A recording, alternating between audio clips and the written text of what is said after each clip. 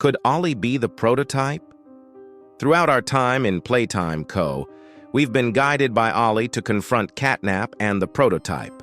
Ollie has provided us with keys to various buildings, knows the locations of generators, and seems knowledgeable about Catnap's transformation into the monster he is now.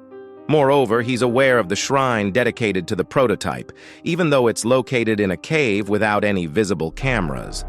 What's intriguing is that we haven't actually seen Ollie in person. Despite this, he has never introduced himself as an orphan of Playtime Co. or even mentioned being a kid. The only thing we know about him is his voice, which has some distinct characteristics. With so much mystery surrounding Ollie, it's plausible to consider the possibility that he could be evil, or perhaps even worse, that he is the prototype himself. Before we pass judgment on whether Ollie is truly on our side or not, there are a couple of pressing questions we need to address. Firstly, how does Ollie possess such extensive knowledge about Playtime Co.? Ollie's voice suggests he's just a child, implying a potential connection to Playtime Co. as an orphan. However, we returned to Playtime Co. in 2005, 10 years after leaving in 1995.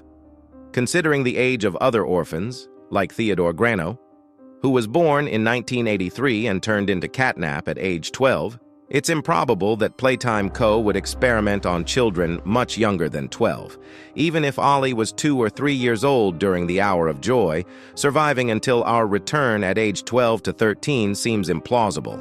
Moreover, considering the starvation endured by the experiments during this time, it's unlikely Ollie would have had the opportunity to learn so much about Playtime Co. Therefore, unraveling how Ollie acquired such extensive knowledge remains a mystery. We might need to reconsider the idea that Ollie is a child, and perhaps even question if Ollie is human at all. This brings us to another perplexing question. Why does Ollie speak in such an odd manner? When we listen to Ollie's dialogue, there's a distinct unnatural high pitch in his voice, almost as if someone is attempting to imitate a child but not quite succeeding. Additionally, his choice of words is peculiar. For instance, when he says, "Just wait until you see the real thing," it implies that Ollie has seen the prototype's appearance. This raises the question of how Ollie could have seen the prototype if he's not human. Overall, Ollie's speech patterns and dialogue choices contribute to the mystery surrounding his true nature. Let's address Ollie's demeanor for a moment. Ollie's level of enthusiasm seems out of place considering the grim environment of Playtime Co. Unlike Poppy, who speaks to us with a sense of caution, Ollie lacks this cautiousness in his tone. Now, shifting our focus to the timing of Ollie's dialogue, it's noteworthy that Ollie typically initiates conversations when we're in the center of Playtime Co., which remains consistent throughout the game. However, in Chapter 3, Ollie speaks to us shortly after the train crash and later guides us through the gas production zone. Additionally, in Home Sweet Home, Ollie warns us over the phone to run, coinciding with a moment where we see Catnap lurking in the shadows. However, this encounter with Catnap seems to be part of a hallucination induced by inhaling the red smoke, as we never actually encounter Catnap face to face.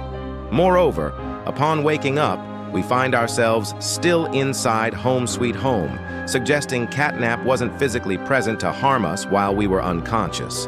Therefore, Ollie's warning is likely part of the hallucination, adding to the mystery surrounding his intentions. Won't consider this instance as Ollie talking to us outside of the center of Playtime Co., but he does communicate with us again right after we enter the school. Before we delve deeper into it, Ollie warns us that we won't be able to communicate with him on this side of the dome and advises us to be cautious of Miss Light before the audio abruptly cuts out. Ollie mentions there's someone else in there too, indicating a potential threat. After dealing with Miss Light, we venture into the playhouse, which is likely still on the side of the dome that Ollie can't connect to. Right after we escape from the mini smiling critters in the larger version of Dog Day, Ollie immediately checks if we're okay, sounding almost overly relieved. This behavior raises suspicion, especially when we enter the counselor's office and stop hearing from Ollie, even though Catnap attacks us. It's peculiar that Ollie doesn't warn us about Catnap's presence, especially given his previous warnings about Catnap's hunting behavior.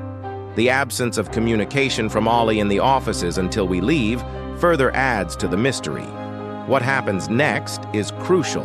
Ollie immediately senses that something has gone wrong and instructs us to plug the cord from the counselor's office into the sockets underneath the statue.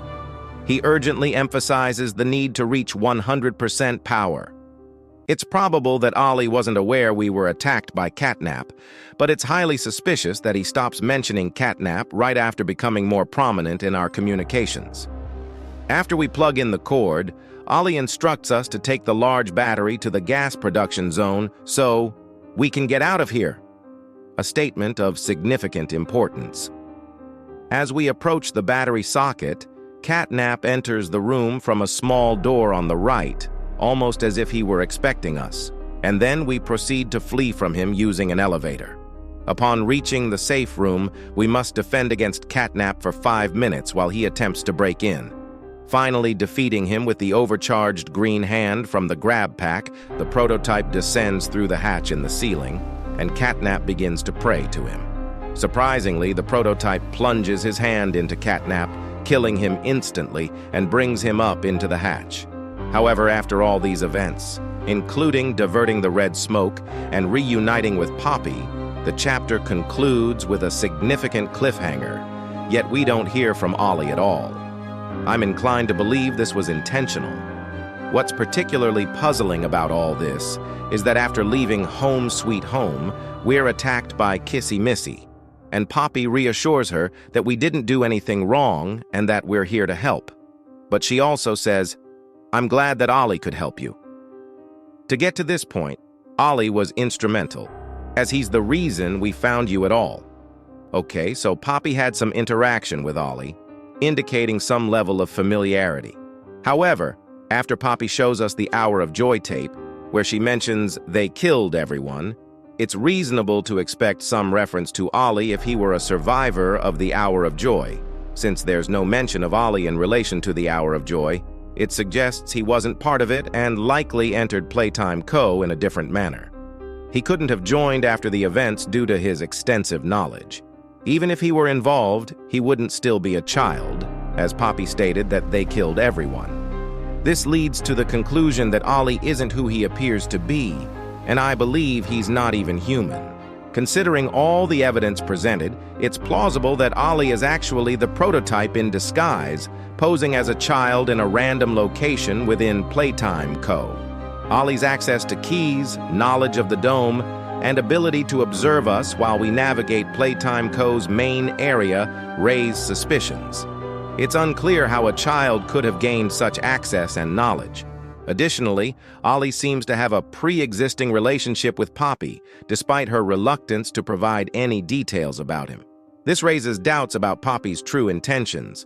As for Ollie's extensive knowledge and invisibility, it's perplexing and raises questions about his true identity and motives. Share your thoughts in the comments and stay tuned for more theories. Thanks for watching. Don't forget to subscribe and check out the next video. Click on this. See you later.